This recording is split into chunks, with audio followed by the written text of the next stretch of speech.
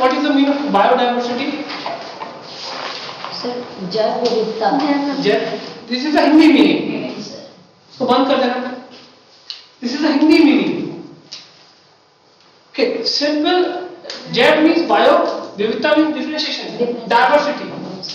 लेकिन सिंपल अगर हम बात करें कि अगर हम साइंस की टर्म में यूज करें तो व्हाट इज द बायोडायवर्सिटी, तो this is a very important topic. And जब भी हम इकोलॉजी एंड एनिमल साइंस या जूलॉजी को या प्लांट साइंस जो भी हम पढ़ते हैं, and in this case this component is very important and simple.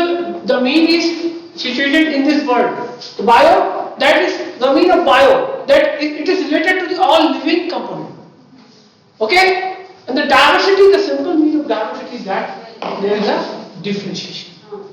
Okay, so when we discuss about the human being, अगर हम इंसान की बात करें तो we have a lot of diversity in India only. अगर हम केरला जाते हैं, that means all are black.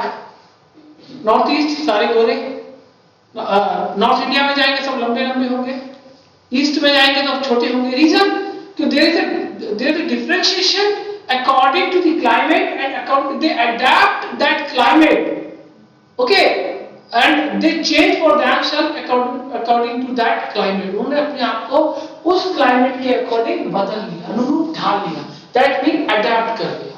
And this is the differentiation.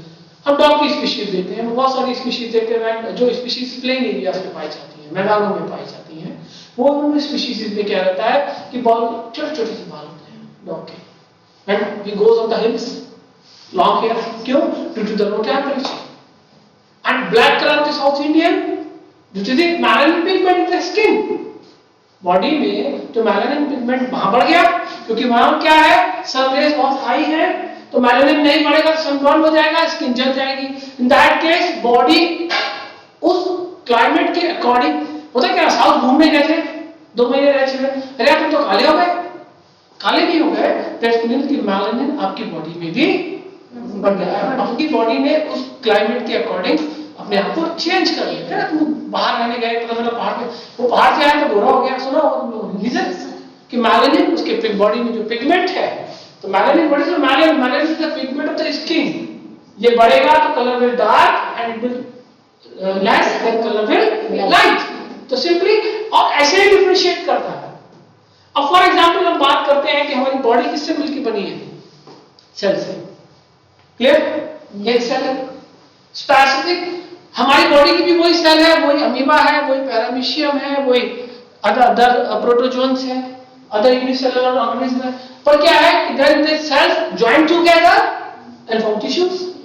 Tissues join together forms organs and organs joins together forms. This is a simple composition of the biological component or the bio component. Clear? And these different cell, they shows different function, different structure, right? Yes, sir. As well as they form tissues. These tissues shows different function, different structure. These tissues also forms organs. Different tissues also form different organs. These organs shows different function, different structure. As well as same, the organs, different organ, they should they forms different organisms. Clear?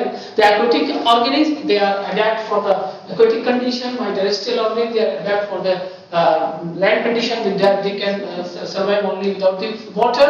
लेकिन अगर पानी में रहने वाले हैं तो उनको पानी चाहिए क्योंकि they are adapted for that condition, specific condition. तो now today we will discuss about, थोड़ा सा elaborate किया इसको कि what is the biodiversity. तो simple हम बात करेंगे कि simple the differentiation in the biotic component. Clear everybody? Clear? Now next. Yes, the bio means life. Okay, clear? That it's a life supporting area of earth. This is the bio. Now diversity means variety or differentiation. Clear हो गया? The different types of the hand, different color, different sizes are there, and this is the main representation of the diversity. And this is the hand of the human being. When we discuss about the whole organism, including human, तो they all shows variation in themselves. वो सभी अपने आप में तो कोई ना कोई भिन्नता, विविधता जिसको बोल देते बड़ा, विविधता मीन्स डिफरेंशिएशन रखते हैं, तो that is known as diversity. Clear हो गया? नाउ या दैट इज नाउ कैसे ये जो वर्ड है बायोडायवर्सिटी, जो बायो डिफरेंशिएशन हुआ, आखिर वो हुआ कहां से बच्चों, ये सबसे इंपॉर्टेंट चीज है। तो हम जब अर्थ की बात करते हैं, when we discuss about the earth, there are four main components which are present on the earth, and these are mandatory for the survival of the life. जीवन के जीने के लिए इनके बगैर, without these components, the life is impossible on earth. The very important one, that is lithosphere, and this is the 27. हम globally बात करते हैं, जब ग्लोबल बायोडायवर्सिटी की बात करेंगे, what is the meaning of global? Your name? Nana. What is the meaning of global? Stand up first of all. You're a student of PhD. What is the meaning of global? Anybody can define? Raise your hand first. Simple. All over world. All over earth. Better. Simple. जब हम पूरे अर्थ की बात करते हैं बच्चों, हमने कहा रेज योर हैंड फर्स्ट, ऐसे नहीं बोला करो, ठीक है? हमें जो देखा ना कि किसमें क्या पोटेंशियलिटी है, देखो फिर से पूरी बात समझो बच्चों। एक चीज हमेशा ध्यान रखो, क्लास में जब भी आप आए हो ना, हमेशा ये मानो जीरो है, कुछ नहीं। क्यों बैठे हो वहां? कुछ सीखने के लिए, तभी तो सीख पाओगे। जब ये रिमूव हेजिटेशन, नहीं आता हमें, ये जरूरी नहीं कि हम इंग्लिश खराब हो, जरूरी नहीं कि हमारी हिंदी खराब है, जरूरी कि हमें नहीं आता, तभी तो वहां बैठे हो। अगर आता होता तो मेरी जगह होते, और मुझे नहीं आता तो मैं वहां बैठा होता, मैं वहां बैठा हूं तभी तो यहाँ खड़ा हूं। तो क्यों हेजिटेशन? कभी नहीं हेजिटेट करनी, नहीं आता। दो ही फैक्टर है, आता है या नहीं आता है, दूसरा क्या मतलब, कोई मतलब है उसका? ठीक है? तो मेरे क्लास में हेजिटेट करने की तो एनी क्वेश्चन कभी भी आए तो raise your hand first, and बताइए। क्लियर हो गया? हम लेट्स कम वापस आते हैं, come on our topic, that is environment. और दैट सिंपल, जब हम एनवायरनमेंट की बात करते हैं तो एक ही वर्ड आता है बच्चों, सिंपल, आवर सराउंडिंग, जो हमारे चारों तरफ का एरिया, जो भी हमारी सराउंडिंग है। जब हम स्पेसिफिक कमरे की बात कर रहे हैं तो इस कमरे का एक एनवायरनमेंट है। हम सीएसजे यूनिवर्सिटी की बात करेंगे तो वहां का एक एनवायरनमेंट है। हम कल्याणपुर की बात करेंगे तो यहाँ का एनवायरनमेंट है। कानपुर की बात करेंगे तो यहाँ का एक एनवायरनमेंट है। यूपी की अगर बात करेंगे तो यूपी का एक एनवायरनमेंट है, इंडिया का एक है। एंड ग्लोबली जब हम डिस्कस अबाउट द एनवायरनमेंट तो अर्थ का भी एक स्पेसिफिक एनवायरनमेंट है। And these all component including atmosphere, biosphere, lithosphere, hydrosphere, the all component is mandatory for the survival of earth. Clear ho gaya? And now let me start with the litho. Litho is a solid part and it requires 27% area of the earth. तो अर्थ का 27% area है वो solid है, जहां जमीन है, soil है, sand, desert है, रॉक्स है, प्लेन्स है, फॉरेस्ट है। This is a solid area of that it requires 27 part of the earth. Why? Another, the important part, and in this case, in this area, all minerals are found. Clear? Why? The atmosphere is a life supporting area. जब हम जमीन से ऊपर चलते हैं up to 50 kilometre, and जो atmosphere है that is up to 90 kilometre. तो there are several layers. अगर हम बात करेंगे तो ज्यादा atmosphere में जाएंगे नहीं अभी, कि जब हमारी अर्थ है, अर्थ से जो अगर हम यहाँ से ऊपर चलते हैं 15 किलोमीटर तक जो area that is troposphere, clear? वो एरिया है जहां पर life supporting gases are found. And what is the composition of life supporting gases? The very important 78% nitrogen, 21% oxygen and 1% other gases, carbon dioxide, methane etcetera etcetera etcetera. बहुत सारी gases हैं जो कि इसमें पाई जाती हैं एटमॉस्फेयर में।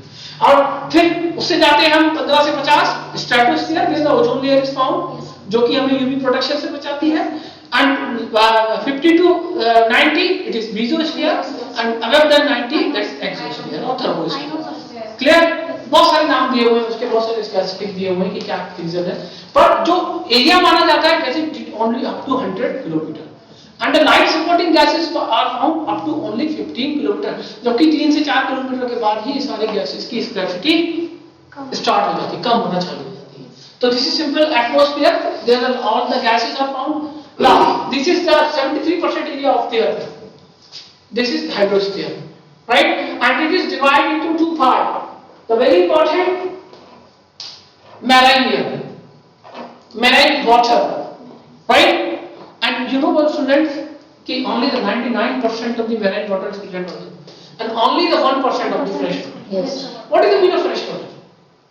So fresh water means फिर raise your hand. Yes, correct. So fresh water that don't used to stay but contain, there is no contain of saline water. There is no content of. Saline. What do you mean of saline? So, NaCl. NaCl. There is no content of saline. Saline का मतलब हो गया. Saline का मतलब हो गया कि जो concentration है that is the permissible limit. Normal saline इसको बोलते हैं. That means salt हम body से not will not be good. तो this means कि fresh water अगर हमारी में सड़ रहा है decaying in sewage that is fresh water. नहीं. क्या बोलेंगे? तो what is the fresh water? Sir, rain water is a fresh water. Rain water is the Fresh water. Rain water में तो कोई भी मिनरल्स नहीं होते हैं. पहली जो रेन होती है उसमें तो मिनरल्स आते हैं. That is distilled water. Distilled, the simple the definition distilled means without minerals. Right. तो what is the definition of the fresh water? Water if it is decaying in the sewage and in pond, in estuaries, in water bodies, in etc., in river, in lakes also, if it has a permissible limit of the salt better or NaCl, that will be known as always fresh water. पानी चाहे वो नाली में सड़ रहा हो, sewage में सड़ रहा हो, है ना, कहीं भी हो, पॉन्ड में हो, लेक में हो, रिवर में हो, साफ कंडीशन में किसी, अगर उसमें सॉल्ट की कंसंट्रेशन परमिसिबल लिमिट या उससे कम है, that will be known as fresh water. तो पानी की केवल दो ही कैटेगरी है बच्चों. तो one is the marine water, यानी कि sea water, and another is the fresh water. Last we come on the biosphere. Biosphere is a simple, this is the life supporting area on the earth. This in this area the life exists. ये अर्थ का वो area है जहां पर जीवन पाया जाता है. क्लियर हो गया? तो there are four main. अगर हम किसी एक सेगमेंट को हटा दें तो लाइफ इज पॉसिबल. हम हाइड्रोस्फीयर को अलग कर दें या लिथोस्फीयर को अलग कर दें तो लाइफ क्या होगी? खत्म हो जाएगी. सर आपस में सारे कनेक्टेड हैं. आते और ऑल कनेक्टेड है और इसके बगैर लाइफ नहीं है. तो just we know to about the biodiversity, we should know about the segment of the environment और segment of our surrounding. Clear हो गया? तो these are the specific four segment and for this the biosphere, this is the part of the earth or this is the part of the environment where the life exists. Or in other word, in a simple word we can say this is a life supporting area of the earth. Clear हो गया बच्चों? Any question? No sir. Any query? No. Next. Yeah, this is simple a definition of the biodiversity in terms of the all the component of the environment that the biodiversity is placed where all living organisms live interacting with the lithosphere, hydrosphere and the atmosphere. And when we live on the rocks or mountain or the hard part of the earth, so what is the mandatory for the hydrosphere and how the hydrosphere is mandatory for the survival of the landscape? कैसे वो जो lithosphere के अगर हम रह रहे हैं तो क्या जरूरत है हाइड्रोस्फीयर की? तो when we discuss about the uses of the biodiversity, कहाँ उनका इस्तेमाल होता है, क्यों एक दूसरे से इंटरकनेक्टेड है. हम यहाँ रह रहे हैं, खत्म हो जाए तब हमें क्या फर्क पड़ता है? लेकिन नहीं, ये खत्म हो जाएगा हम सब खत्म हो जाएंगे. Yes sir. हम इसको हटा दें एटमॉस्फेयर को तब भी इनकी वैल्यू खत्म हो जाएगी. कि दे ऑल आर इंटरकनेक्टेड. कि हम कैसे वैल्यू की जब हम बात करेंगे when we discuss about the water cycle और हाइड्रोलॉजिकल साइकिल, तो this is important for us कि how the water rotate on the earth और कैसे रोटेट करता है, रिसाइकिल होता है. क्लियर हो गया? Yes. Any question? Now this is the variation, simple. Nature shows the variation anywhere in every movement. This variation takes place at micro level to major level. क्योंकि अगर हम माइक्रो लेवल की बात करें तो micro is related to the micro organism. तो सबसे पहले हो गए archaebacteria, then bacteria, then protozoans, right. फिर ऐसे बढ़ते जाएंगे सिस्टम में और उनमें भी बहुत सारी कैटेगरी है. माइक्रो ऑर्गेनिज्म की बात करें तो they are autotrophs as well as heterotrophs. What is the meaning of autotrophs? जो अपना वो स्वयं बना, जो अपना खाना खुद बनाते हैं. Heteros mean they depends on the autotrophs, right. तो माइक्रो ऑर्गेनिज्म दे आल्सो अलग-अलग ग्रुप में हो गए. क्योंकि अगर हमारे पास क्या है, we are the heterotrophs animals, human being. हम ऐसा नहीं खाना लगाया धूप में खड़े होकर खाना बनके तैयार हो गए, नहीं. हम किस पे डिपेंड है? प्लांट्स पर. प्लांट से हम फूड लेंगे, जब हम दूसरे एनिमल को भी खाते हैं तो वो भी अल्टीमेटली प्लांट. तो अल्टीमेटली हम किस पर बेस्ड हो जाते हैं? प्लांट्स पर. अगर हम माइक्रो लेवल से स्टार्ट करते हैं, हम प्रोटोजोन से स्टार्ट करते हैं, हम बैक्टीरिया से स्टार्ट करते हैं। तो there are two category, autotroph as well as heterotroph. फिर उनके ऊपर हो गए प्रोटोजोन्स, फिर उनके ऊपर उनसे बड़ी स्पीशीज, उनसे बड़ी स्पीशीज, और ऐसे कर करके हम अगर मैक्रो लेवल पर जाते हैं, मेजर लेवल पर जाते हैं, तो डिफरेंट एनिमल। सबसे बड़ा एनिमल अर्थ का कौन सा है? Largest animal on earth? Sir phylum animal, sir well not whale, that is blue whale.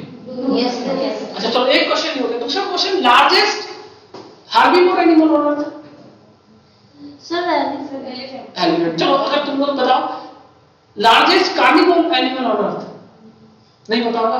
दावा कर रहा हूं 100%। हाँ कार्निवोर। सर वल्चर वल्चर क्या मतलब है? कार्निवोर कुछ भी खाता हो। ब्लू व्हेल कार्निवोर वो फीड करती है केवल माइक्रोस्कोपिक एनिमल्स की। तो पढ़ाऊंगा आगे, फूड वेब पढ़ाऊंगा। बताओ जल्दी से बताओ, रिकॉर्डिंग भी चल रहा है। सर टाइगर टाइगर नहीं होते हैं, टाइगर तो बहुत छोटी स्पीशीज है, दैट इज पोलर बियर। किसी को भी मालूम है कि पोलर बियर का साइज होता है वो 2.5 मीटर तक ऊंचे होते हैं जब पड़े। तो लार्जेस्ट कार्निवोर एनिमल है। तो वेरिएशन हो गया बच्चों? Yes sir. तो मैं केवल वेरिएशन को अब दूसरे वर्ड में दिया है तो अर्थ इज नॉट होमोजेनियस। ऐसा नहीं है कि अर्थ हर जगह एक चीज है, कहीं ठंडी है, यस सर। कहीं गर्म है, कहीं पानी पानी है, कहीं बिल्कुल ड्राई है, कहीं मॉइस्चर है, कहीं नहीं है, कहीं टेम्परेचर बहुत ज्यादा है, कहीं टेम्परेचर -80 डिग्री है।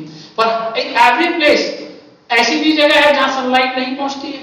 यस आपकी बैक्टीरिया है, सल्फर बैक्टीरिया हो गए या आपके फास्फोरस बैक्टीरिया हो गए, वो क्या कर सकते हैं? They can survive without the light as well as without the oxygen. Okay, तो these बैक्टीरिया जो सल्फर और फास्फोरस की प्रेजेंस में they can produce their food by own in the presence of the sulfur and phosphorus only. Archaebacteria. So the life is found everywhere on the earth, but it is not homogeneous. According to their climate, temperature, availability of water, moisture, availability of light, different sources. This is not homogeneous, and life is homogeneous. And now the biodiversity is a portmanteau words. Originated portmanteau का मतलब क्या होता है बच्चों की? ये एक joint word है, मिश्रित, मतलब जो जोड़ा गया है बायो और डाइवर्सिटी को मिला। ऐसा नहीं है कि हम लोग ये it's Greek word, it's French word या इट्स लैटिन वर्ड, ये होता है ना, सिंपल एक मिश्रित एक जोड़ करके बनाया गया वर्ड है बायो बायोडाइवर्सिटी। नहीं this is the basically a word है। इसका हिंदी में मतलब क्या? मिश्रित, mister mixed. Okay. Now variety of life in group we have already discussed. It is based on the certain aspects. The one is on genes, that is genetic biodiversity. Another on the species, that is species biodiversity. And last one that is based on the differentiation based on the ecosystem level, that is known as ecosystem biodiversity. Okay, the term biological biodiversity or biodiversity first devised by the Thomas Lovejoy in 1980. तो question आ सकता है कि who gave the word biodiversity? That is Thomas Lovejoy. Now this is the biosphere. Okay, these are the certain component. और simple word में एक ही line में याद रखना कि what is the meaning of biodiversity? This is the part of the atmosphere. This is the part of the earth where the life exists. Where the life is found. Clear हो गया? And this is two types, terrestrial as well as aquatic as well as terrestrial. And it forms different types of the ecosystem. Aquatic ecosystem found in the water, pond ecosystem, lake ecosystem, river ecosystem, sea ecosystem, ocean ecosystem. And finally land ecosystem, forest, tree, desert, grassland, etc. and different types of the ecosystems are found in the biosphere. Clear हो गया? Yes. Clear everybody? Simple है बहुत। पढ़ा था इससे पहले biodiversity आप लोगों ने? Now the levels of the biodiversity, कि किस कौन से लेवल पर स्टडीज कर सकते हैं। जो डिफरेंशिएशन है बच्चों, जो विविधता है, जो अंतर है, उसको किस किस लेवल पर कर सकते हैं? तो करंट सिनेरियो में सबसे ज्यादा वैल्यू है जेनेटिक बायोडाइवर्सिटी की। कि एवरीबॉडी नोस कि हमारी बॉडी किससे मिलकर बनी? सेल से। मैंने पहले किया था। सेल में कौन सा पार्ट है जो nucleic acid, nucleus, yes sir. इसको डीएनए।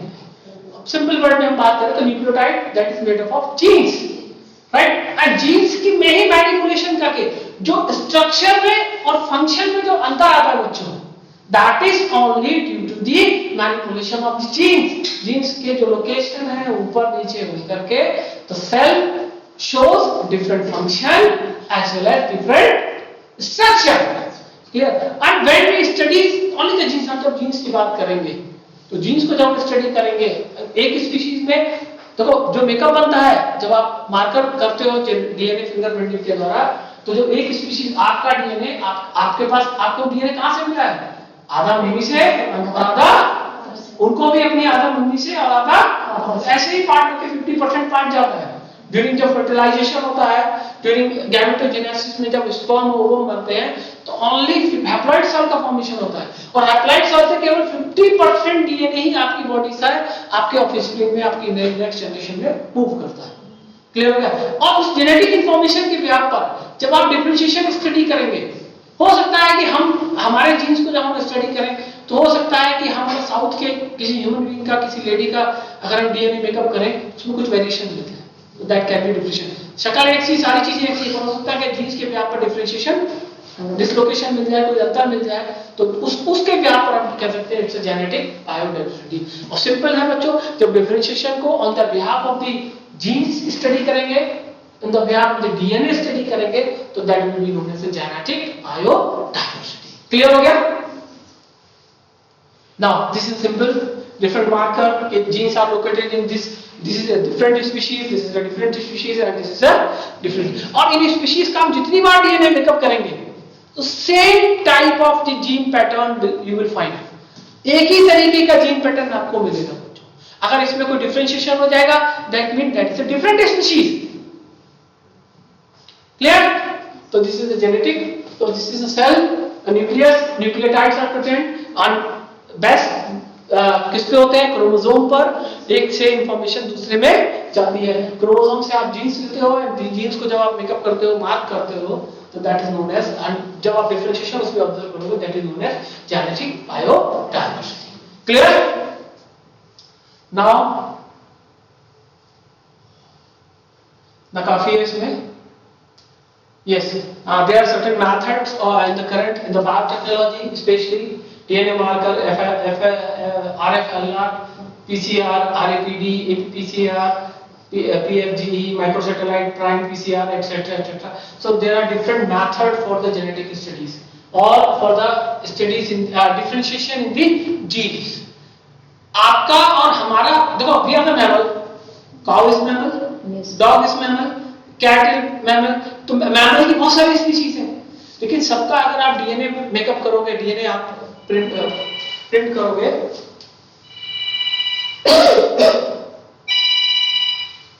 तो एट दैट टाइम आपको मिलेगा कि आपको डिफरेंशिएशन दिखाई देगा, एक लेवल पर जाकर डिफरेंशिएशन आपको, वो क्यों हुआ है? इवोल्यूशन, जब इवोल्यूशन हुआ तो डिफरेंशिएशन क्रिएट हो गया, क्लियर हो गया। तो सिंपल है कि जब हम जीन्स के बेस पर स्टडीज करेंगे तो that will be known as genetic biodiversity.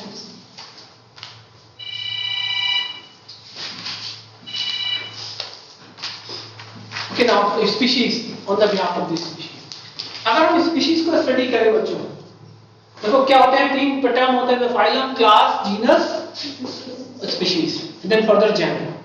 तो ह्यूमन बीइंग की बात करें, हमारी स्पीशीज है homo sapiens, yes right, we are the human being, okay. And जब हम डाइवर्सिटी को ऑन द बिहाफ, देखो डिफरेंट तरीके की स्पीशीज है, एलिफेंट अलग है, पोलर बेयर अलग है, जेब्रा अलग है, लेकिन स्पीशीज किसकी है? सारी किसकी? मैमल है सारे mammal, okay, they have the mammary gland.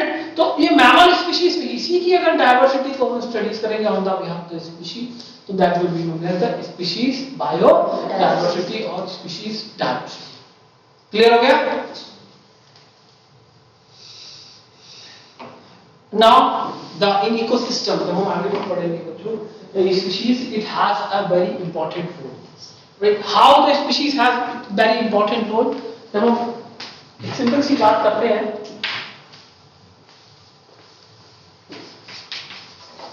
Forest ecosystem,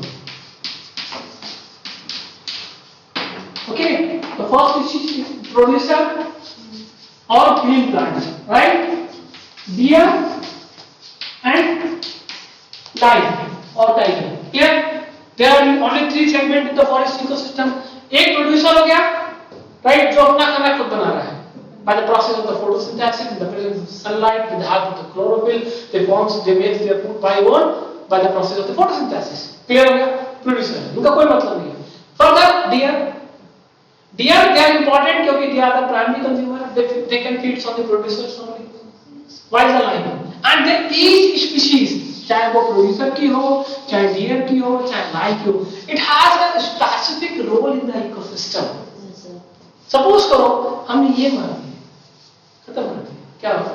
Lion अपने आप खत्म हो जाएंगे.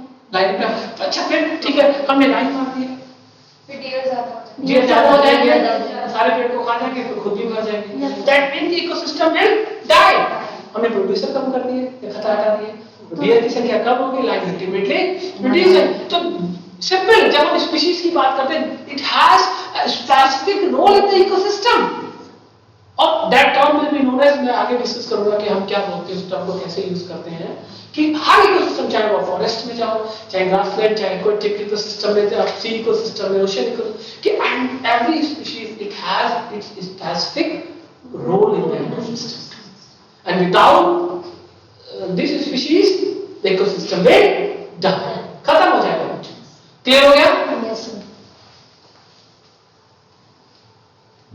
We have already discussed the loss of the species consequences all the to further variety of living species we already taxonomic hierarchy छोड़ दो इसको हाँ some terms will be used in the species biodiversity species richness or species evenness तो simply species में the number of the species per unit area जो area है उसमें कितनी species पाई जाती है एंड फर्दर जब इवेंटनेस की बात करोगे तो उस स्पीशीज के कितने इंडिविजुअल पर्टिकुलर जैसे हम क्लासरूम की बात करें तो आप तुम लोग कितने हो 12 लोग Yes. तो दैट मींस कि अगर हम species this is the evenness and specifically human beings are here that is the richness और किसी भी इकोसिस्टम की जो हेल्थ है जो वेल्थ जो काउंट होती है वो केवल किससे काउंट होती है इकोसिस्टम रिचनेस तो these are the simplest some measurement of the species biodiversity the one is the species richness and another is species evenness now ecosystem diversity so when we discuss about the biodiversity on the behalf of the ecosystem and what is the ecosystem ecosystem is a self regulatory body this is a self regulatory body it has a regulator in themselves कोई भी component कम होगा ये उसको बढ़ा लेंगे इनकी संख्या बढ़ाओगे तो इनकी संख्या बढ़ जाएगी इनकी बढ़ेगी तो इनकी बढ़ेगी इनकी कम करोगे तो इनकी भी कम हो जाएगी इनकी भी कम हो जाएगी इनकी कम करोगे तो इनकी भी कम हो जाएगी दैट मीन और फिर इनकी कम हो जाएगी तो इनकी भी कम हो जाएगी रीजन क्योंकि न्यूट्रिएंट्स की साइकिल विल इफेक्टेड पेड़ को चलो वो तो मिल जाएगा सनलाइट मिनरल्स कहां से मिलेंगे जब तक कि वो साइक्लिक फॉर्म में नहीं आएंगे बच्चों तो that mean it's a completely a self regulatory body right The ecosystem is self-regulating body and different types of ecosystems are found due to the different types of climatic conditions because Earth is not homogeneous. In that case, when we discuss the differentiation in the ecosystem, that is known as ecosystem biodiversity or ecosystem diversity. And there are several types of ecosystem are found. Clear?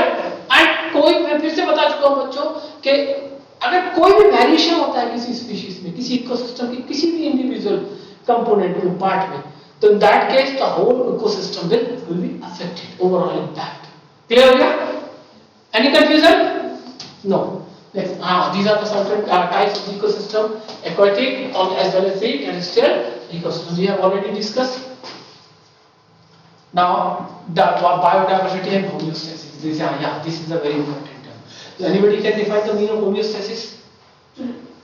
Yes. Third. Homeostasis, that means we regulate our internal environment according to the temperature. That is your homeostasis. Yes, sir. When I am saying to biodiversity and homeostasis, I have discussed in this lecture also that this is a self-regulatory body. Yes, sir. And the homeostasis just to maintain, Maintain that problem. clear? उसको maintain करना. और that अब simple word में हम biodiversity ecosystem biodiversity में करेंगे. It maintain emission of carbon as well as the emission of the oxygen. अब carbon कौन निकाल रहा है? Heterotrophs. ऑक्सीजन कौन निकाल रहा है? Plants.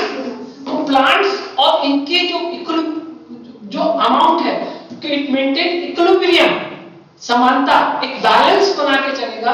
That is known as that term is known as homeostasis. Clear हो गया? तो बायोडायवर्सिटी उसमें क्या होमियोस्टेसिस में एक रिलेशन है. अगर ये होमियोस्टेसिस नहीं होगा तो बायोडायवर्सिटी विल इफेक्ट. अल्टीमेटली क्या होगा? Species will be affected. When the species will be affected, ecosystem will be affected. Ecosystem will be affected. The whole diversity, whole biodiversity will be affected. So homeostasis, simple, it's a self-regulatory body which maintain emission of the carbon as well as the emission of oxygen. Clear हो गया? That is known as homeostasis. So only carbon and oxygen. हाँ, हम ecosystem की बात कर रहे हैं. दोनों में तो मेंटेन, आप इक्विलिब्रियम बना के रखो. जब मेरी बात सुनो, अगर कोई भी कंटेंट सपोज करो CO2 ज्यादा निकलने लगी तब क्या होगा? क्लास में ये 40 बच्चों का क्लास है, हम इसमें 80 बच्चे बैठा दिए, क्या होगा? कंडीशन विल चेंज, पॉल्यूशन हो जाएगा, अनवांटेड अनडिजायरेबल कंडीशन हो जाएगी. व्हाट क्या इफेक्ट होगा? गर्मी लगने लगेगी, सफोकेशन होगा, ज्यादा देर बंद होगा तो बेहोश होने लगेंगे और ज्यादा देर में हम मर भी जाएंगे. क्लियर हो गया? तो दैट मीन क्या हुआ कि सिंपली जब हम इकोसिस्टम की बात कर रहे हैं, भाई बॉडी हमारा जो अर्थ है ये भी एक ग्रीन हाउस है, क्लोज चैम्बर है. ये अर्थ हो गई जी. ये लाइफ सपोर्टिंग गैसेस हैं 0 से 15 किलोमीटर के बीच में ही है, उसके बाद नहीं है.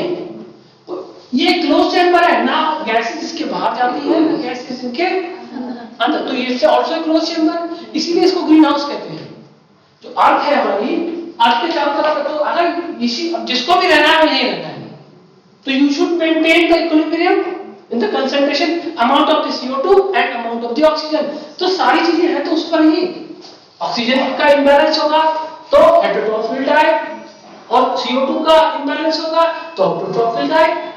CO2 कम हो जाएगी तो खाना कम बनाएंगे, खाना कम बनाएंगे तो प्रोडक्शन कम होगा, प्रोडक्शन कम होगा तो ultimately ecosystem will die. Clear हो गया? तो this is known as homeostasis.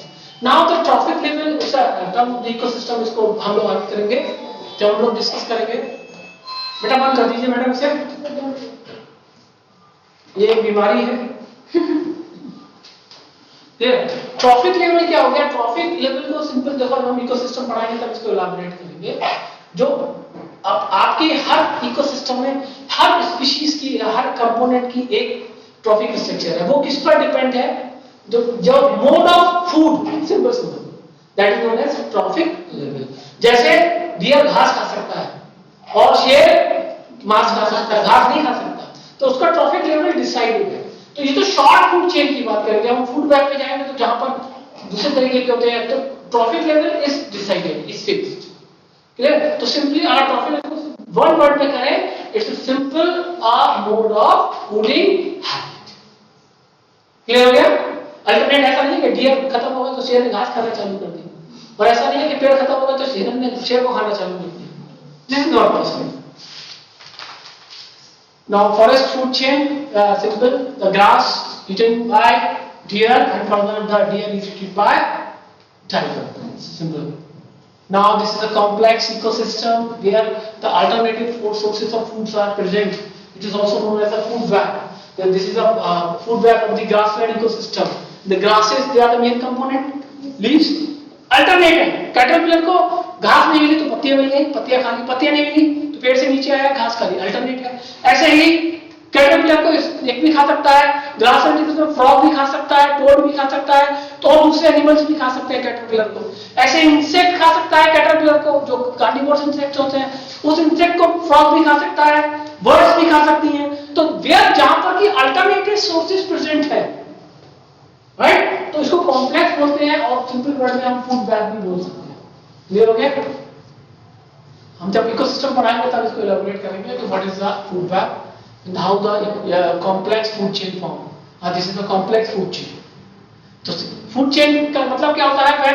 Simply sequence of eating behaviour being eating, एक दूसरे को खाने की जो आदत होती है, that is known as food chain. हम उसको आगे डिस्कस करेंगे जब हम इकोसिस्टम पढ़ाएंगे बच्चों को। Now this is a food web of Antarctic sea, और अल्टीमेटली सब डिपेंड किस में है, वहां तो पेड़ होंगे नहीं, वहां केवल क्या है, फाइटोप्लैंक्टन। उनको खाने वाले जूप्लैंक्टन, क्रिल्स, तो छोटी झींगे, उनको खाने वाले अदर बर्ड्स हो गई, आपके स्क्विड्स हो गए, आपके उन स्क्विड्स को खाने वाले लेपर्ड सील हो गई, पेंगुइन्स हो गई, एलिफेंट सील हो गई।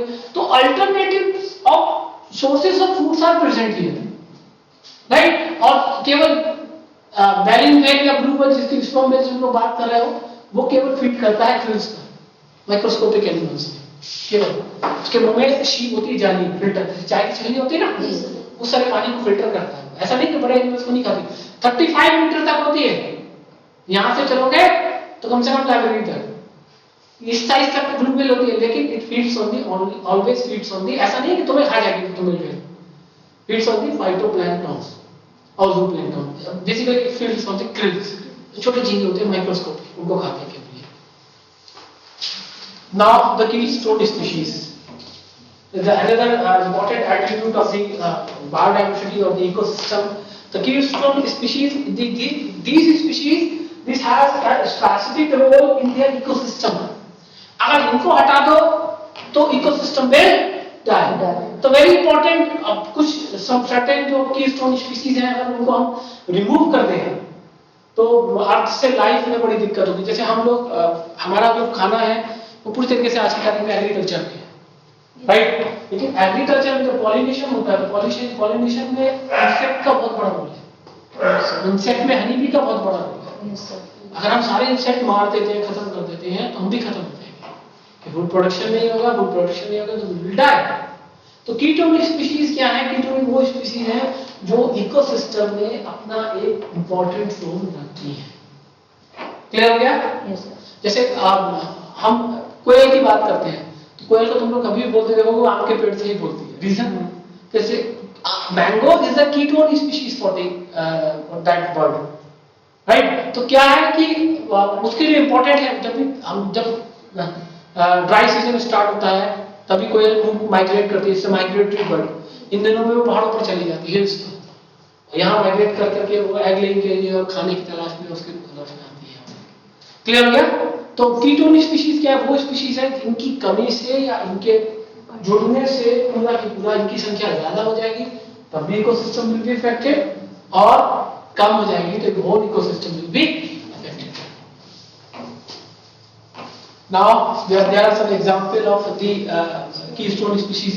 सी ऑटर, ये type it's a species of rat, just like the rat, चूहे की स्पीशीज ये जो कहाँ रहता है, समुद्र में रहता है, और ये क्या खाती है, सी अर्चिन, क्योंकि सी अर्चिन एक बार में लाखों के हिसाब से अंडे देती है। अगर सारे सी अर्चिन पैदा हो जाए ना तो समुद्र में रहने की जगह नहीं मिलेगी।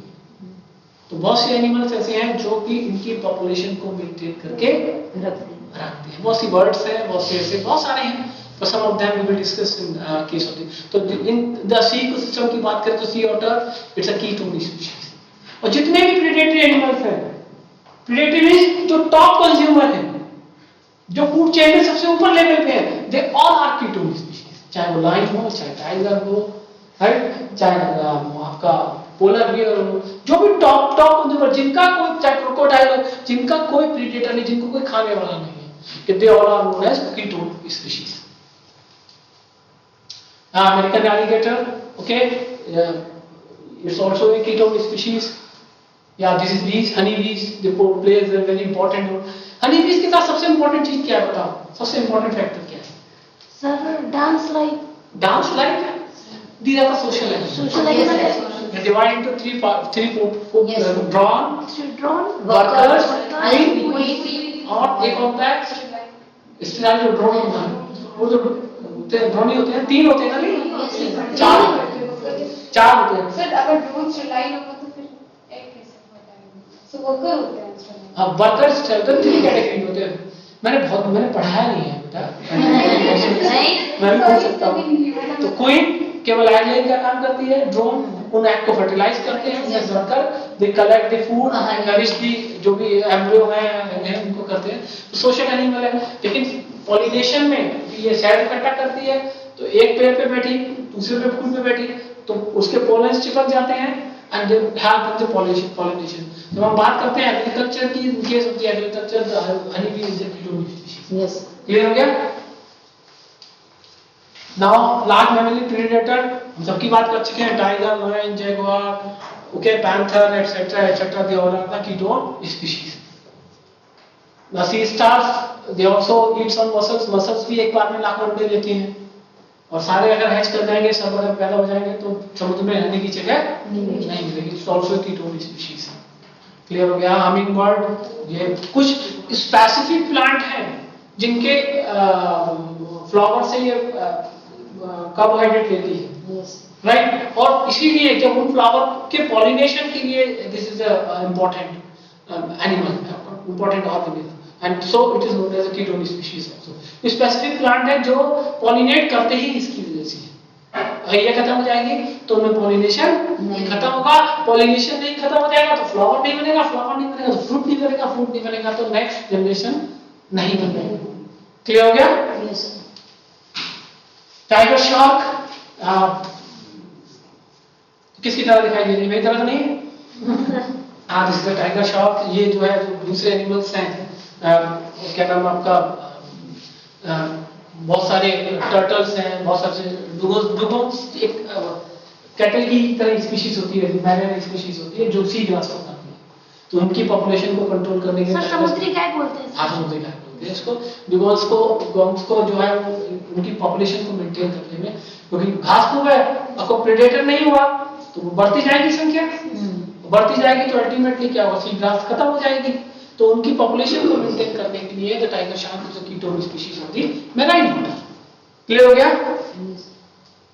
Okay, now this is another simply a classification given by the Whitaker in 1972. He defined biodiversity in three parts: alpha biodiversity, beta biodiversity, and gamma biodiversity. तो क्वेश्चन अगर कभी आता है तो इस तरीके से भी आ सकता है कि define the scales of the Whitaker classification of the biodiversity of the Whitaker। तो उसमें देखें अल्फा, जब हम किसी इकोसिस्टम में किसी एक स्पीशीज को जब हम स्टडी करते हैं तो उसकी जो डिफरेंशिएशन है, उसकी स्पीशीज की डिफरेंशिएशन को हम study that will be known as alpha. जब एक से ज्यादा करेंगे और ओवरऑल सारे पूरे इकोसिस्टम की सारी स्पीशीज को करेंगे तो that will be known as gamma. तीन वर्ड में केवल समझ जाए, ज्यादा दिमाग नहीं रखना। क्वेश्चन आ सकता है, लोग बीएससी वगैरह में आया भी होगा, कभी Whitaker उसके नेट में भी आता नेट में भी क्वेश्चन आता है 1972। तो Whitaker ने इनको तीन तरीके से डिवाइड किया था ना। वेरी इंपॉर्टेंट भैया, ठीक है, आपने बायोडायवर्सिटी पढ़ा दिया, खूब अच्छे से समझ में आ गया। क्लियर हो गया बच्चों? Yes, sir. Clear everybody? अब हम लोग what is the value of biodiversity. अगर बायोडायवर्सिटी है तो उसकी अर्थ पर वैल्यू क्या है, हमारे लिए क्या इंपॉर्टेंस रखती है बायोडायवर्सिटी। तो मुझे लगता है ये लेक्चर नहीं खत्म हुआ, मैं दो लेक्चर तैयार करके आया था। डायरेक्ट वैल्यू वो है जो हमें आंख से दिखाई देती है, और इनडायरेक्ट वैल्यू जिनको हम आंख से ऑब्जर्व नहीं कर सकते। नहीं। बहुत ध्यान से देखो, ये लेक्चर इतना बढ़िया है, अगर एक बार समझ लोगे तो दोबारा तुम्हें पढ़ना नहीं पड़ेगा, केवल इनके की पॉइंट्स पे आना। इतना बढ़िया लेक्चर। अभी तो जो मैंने समझाया था इजी था, Yes, sir. सिंपल। डायरेक्ट में हम बात करते हैं जो हमें आंख से दिखाई दे रहा है। अब हमें बायोडायवर्सिटी बायोटिक कंपोनेंट की कहाँ जरूरत पड़ती है। चलो हम घर से स्टार्ट करते हैं। सुबह चलते हैं, उठते हैं, हम खाना खा रहे हैं, जो बेड सो रहे हैं वो किस चीज का बना है? लकड़ी का। जो टेबल पे आप बैठे हो किस चीज का बना है? कहां से आ रहे हैं? पेड़ कहां से आ रहे हैं? फॉरेस्ट क्या है? डायवर्सिटी। क्या हुआ? बताओ बताओ जल्दी बताओ। सर मैंने कुछ उल्टा सुन लिया था तो वो चीज हुआ। क्या सुना तुमने? दर्शक आपने कहा ना कि कहाँ से आ रहे हैं, तो मुझे लगा आप ये पूछे कि कहाँ से आए, तो मैंने जवाब दिया घर से। तो मैंने ये नहीं सुना कि मतलब ये नेचर। अल्टीमेटली जो रिसोर्सेज हम यूज कर रहे हैं, चाहे है ना, कहीं ना कहीं वो दे ऑल आर, अगर हम बायोटिक कंपोनेंट की जहां रिक्वायरमेंट है तो they all are the biodiversity. वो चीज जो हमें आंख से दिखाई दे that is direct value. Indirect को हम आंख से नहीं देख पाएंगे, लेकिन दे उनकी बहुत इंपॉर्टेंस है। तो वही बताने जा रहा हूँ। नेक्स्ट, डायरेक्ट वैल्यू फूड में fisheries, timber, medicinal use, genetic value यानी हाइब्रिड सीड्स। क्लियर हो गया? तो फूड में कहाँ है आपको देख लीजिए, मीट हो गया, फल हो गया, एग्रीकल्चर हो गया। अल्टीमेटली एग्रीकल्चर आया कहाँ से? So part of the biodiversity, चाहे आप वेजिटेबल हॉर्टिकल्चर करो, चाहे एग्रीकल्चर करो, चाहे फिशरीज करो, एनी प्रोडक्ट, चाहे आप पोल्ट्री करो, चाहे आप सिल्क करो, चाहे आप एपीकल्चर में जाओ, जो भी रिसोर्सेज है अल्टीमेटली हमें मिले कहां से? बायोडाइवर्सिटी से। मैं इसको बहुत ज्यादा एलोबरेट नहीं करूंगा, सिंपल फिशरीज हो गया, is the aquatic part, timber we obtain from the plants, from the woods, from the forest, medicinal uses different from the plants, leaves, है ना, we take from the forest। यही मैं ecosystem में पढ़ाऊंगा, wild life में भी, ecosystem में भी। and the genetic value, that means in the current scenario hybrid seeds का बड़ा concept है। Yes sir. तुम लोग क्यों हंस रहे हो? कोई कारण? पीछे कोई जवाब है? कारण बताओ। जेनेटिक वैल्यू, आज हाइब्रिड सीड्स का कांसेप्ट आ गया। हाइब्रिड सीड बता सकता है कोई कि what is the meaning of hybrid seed? Sir मतलब जैसे कोई स्पेसिफिक कोई भी एक वैरायटी हो, किसी दो वैरायटी को मिला करके एक नई वैरायटी को तैयार करना। किसी दो कैरेक्टरिस्टिक को जोड़ के एक ऐसा कैरेक्टरिस्टिक तैयार करना जो हमारे लिए ज्यादा प्रोडक्टिव हो और जिसकी न्यूट्रिशनल वैल्यू ज्यादा हो और क्वालिटी भी अच्छी हो। फॉर एग्जांपल जैसे हम बात करते हैं तरबूज की, वाटरमेलन, तो तुम लोग तो नहीं रहे होंगे, हम छोटे छोटे थे तो तरबूज में आते थे खूब सारे, तो 4 काटो तो एक मीठा निकलता था, लेकिन आज तुम जितने काटो सबका एक सा टेस्ट, आम जितने खाओ सबका एक सा टेस्ट। वो टेस्ट क्योंकि क्या था कि नेचुरल स्पीशीज थी। आज क्या हो गया? 2 कैरेक्टर लिए, एक आम तरबूज जो मीठा था, साइज में छोटा था, एक तरबूज जो बड़ा था, है ना, और मीठा नहीं था। अब इन दोनों को मिला के ऐसा कैरेक्टर बनाया जिसका साइज भी बड़ा था और मीठा भी था, तो हाइब्रिडाइजेशन हो गया। लेकिन ये पॉसिबल तभी हुआ ना जब डिफरेंशिएशन था, जब बायोडाइवर्सिटी थी। तो formation of the hybrid seeds, पहले धान 1 क्विंटल में 1 बीघे में 1.5 क्विंटल होता था, आज 3 क्विंटल होता है, 4-3.5। क्यों? Hybrid seeds. वेजिटेबल्स को देख लो, है ना, अब सारी चीज, हॉर्टिकल्चर, फ्रूट्स को देख लो, किसी भी लाइव स्टॉक में चले जाओ, एनिमल्स को देख लो। तो different due to the hybridization possible हो पाया only due to the type of biodiversity or type of differentiation in the species. Now the productive uses, इनको अपने आप देखना, we have already discussed. Now indirect, yeah, this is important point कि जो हमें दिखाई देती है। It fixes the carbon as well as it fixes the amount of the oxygen in the environment. Clear? It maintains homeostasis by the homeostasis. Regulation of CO2 as well as oxygen. Carbon fixation. अब carbon fixation की बात करें, इसी का simple carbon से clear, ठीक है।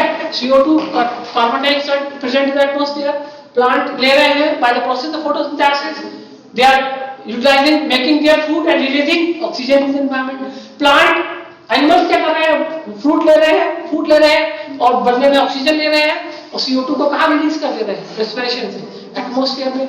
और बहुत सारा कार्बन की, अगर कार्बन कंपोनेंट की बात कर रहे हैं, प्लांट की डेथ हो गई या एनिमल ने उसको खा के डिस्कार्ड किया या एनिमल की डेथ हो गई, ऑल फॉर्म में this is the organic residue of the carbon. उसमें होगा सब चीज नाइट्रोजन। हमें सिंपल, जब when we discuss about the carbon cycle, तो this is simple carbon organic residue of the carbon.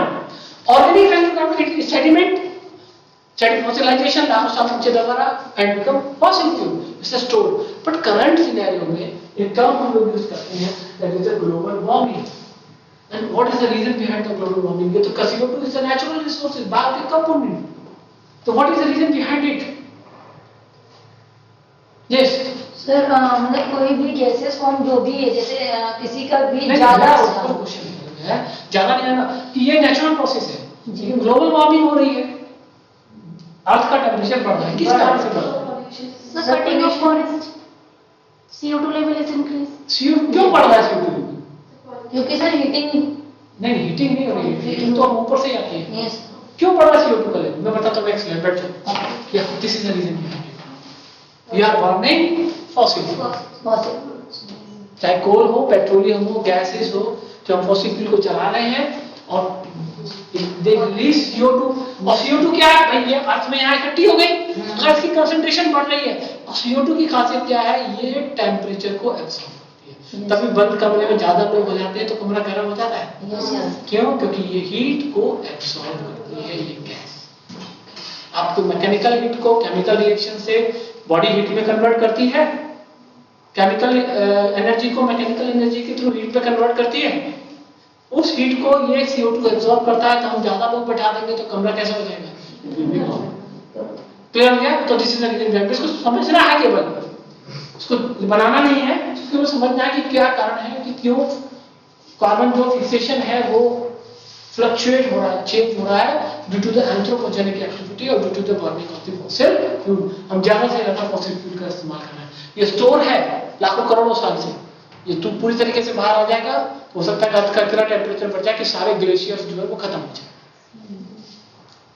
Now, ecological balance, we have already discussed, जरूरत नहीं है।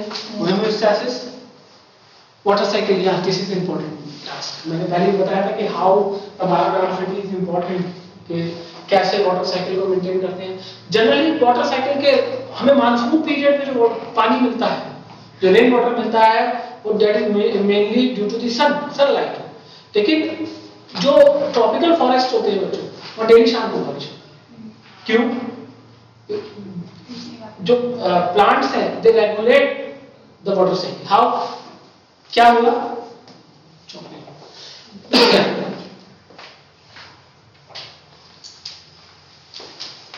डिस्टर्ब नहीं है?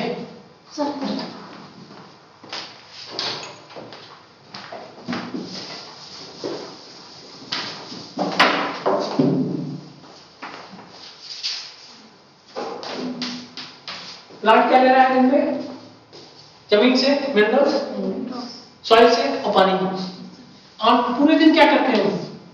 इवेपोरेशन करते हैं, ट्रांसपिरेशन करते हैं, ट्रांसपिरेशन प्रोसेस, राइट? अब ट्रॉपिकल फॉरेस्ट है जहां पेड़ ही पेड़ है, पूरे दिन सनलाइट पड़ी, फोटोसिंथेसिस किया, ट्रांसपिरेशन किया और ह्यूज अमाउंट ऑफ जो वाटर वेपर्स है वो पहुंच गए पूरे दिन में। रात में क्या हुआ? जैसे ही सन सेट हुआ, टेम्परेचर वेरिएशन आया, क्या होगा? कंडेंसेशन, जो मॉलिक्यूल्स हैं वाटर के वो पास आएंगे। आफ्टर द कंडेंसेशन क्या होगा? It will come again in the liquid form और in the form of the rain.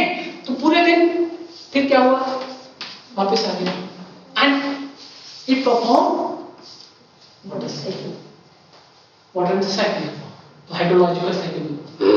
So biodiversity is important for that to just to maintain the water cycle in the tropical forest area. पहले यहाँ भी होती थी बच्चों, जब बहुत गर्मी पड़ती थी गर्मियों में तुरंत बारिश होती थी, लेकिन अब तो क्लाइमेट चेंजेस में बहुत ज्यादा दिक्कत आ गई है। तो अब ऐसा नहीं है कि बारिश होती ही नहीं है, क्योंकि हमने बहुत ज्यादा एनवायरमेंट को पॉल्यूटेड कर दिया है। क्लियर? Soil formation clear? जब क्या होगा? Micro organism they play very important role. पत्ती टूट के गिरेगी, एनिमल मरेगा, या पत्ती को खा के एनिमल डिस्कार्ड कर देगा इन the form of the Dang, in the form of the faecal matter. It will decompose with the help of the micro organism, different type of the micro organism, चाहे वो बैक्टीरिया हो, चाहे fungi हो, चाहे, है ना, राइट? एंड क्या होगा? फर्स्ट सीड से वो किस पे आएंगे? जमीन में सॉइल का फॉर्मेशन होगा। केवल रेत ले लो और पेड़ लगाओगे, उगेगा?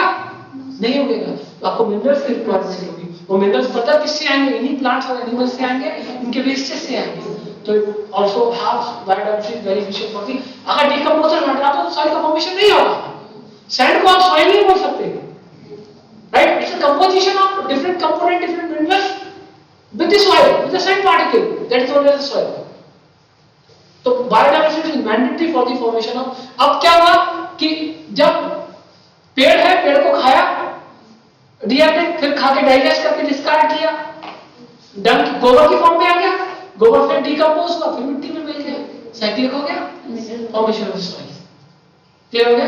मिनरल्स एक्टिविटी बोलते हैं उसको। प्रोटेक्ट सॉइल इरोजन, जो प्लांट्स की रूट्स हैं, है ना? मैं सिंपल से समझ लो, एक गमले में केवल मिट्टी भर के और एक गमले में पौधा लगा, दोनों में ऊपर से पानी डालना।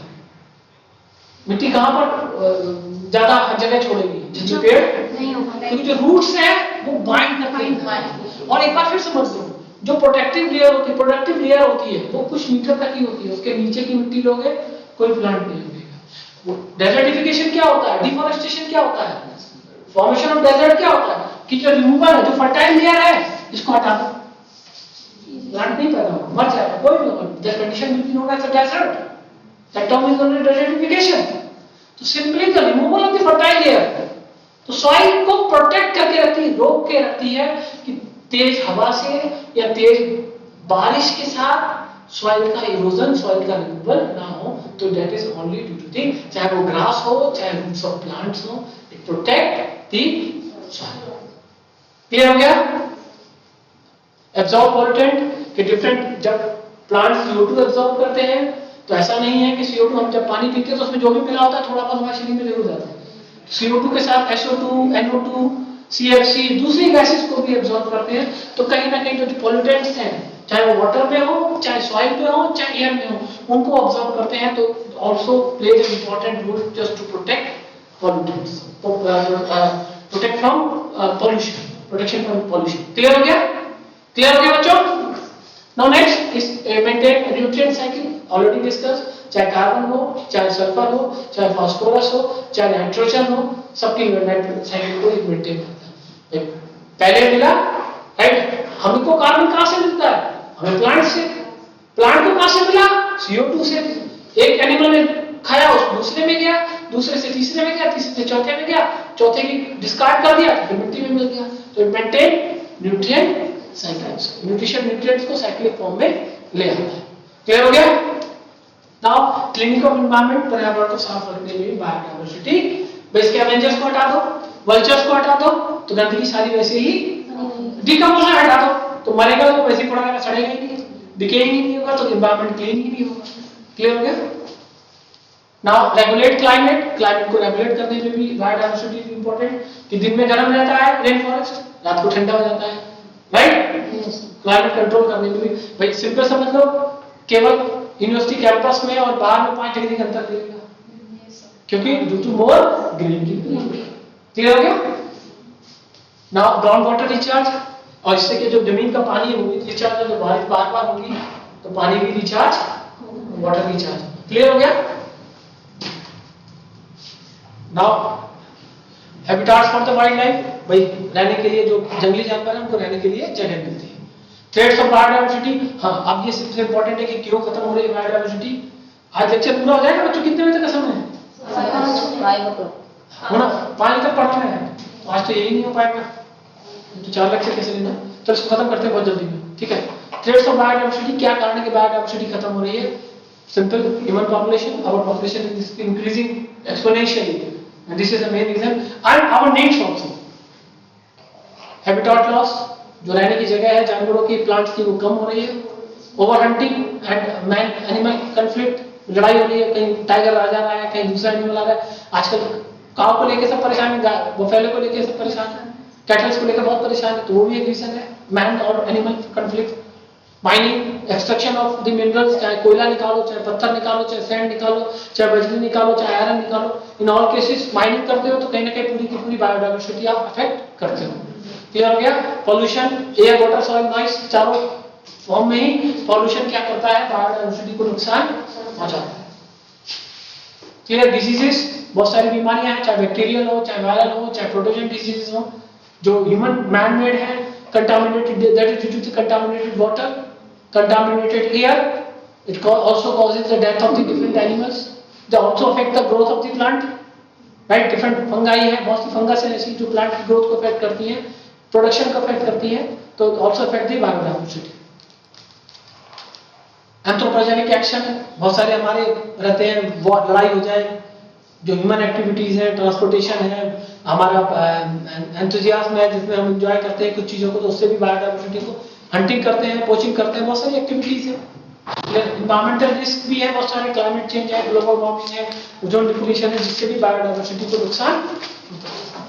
नेचुरल कैटास्ट्रोफ है, प्राकृतिक रूप से अपने आप आग लगती है जंगल में, हाई स्टॉर्म आ गया, बहुत बड़ा वोल्केनिक इरप्शन हो गया, ज्वालामुखी फटा तो चारों तरफ का एरिया खत्म हो जाएगा। उसके अलावा हैवी रेनफॉल, हाई विंड, बहुत सारे ऐसे रीजन हैं जो प्राकृतिक रूप से आपदाएं हैं, तो जिसकी वजह से भी बायोडायवर्सिटी को नुकसान, क्योंकि हमें मैनमेड और नेचुरल दोनों कॉजेस को ध्यान में रखना पड़ेगा। नेचुरल को तो हम कंट्रोल नहीं कर सकते, पर anthropogenic activities we can control, हम उसको रेगुलेट कर सकते हैं, उसको कंट्रोल कर सकते हैं। Now hybridization is a process, ये भी एक कारण है।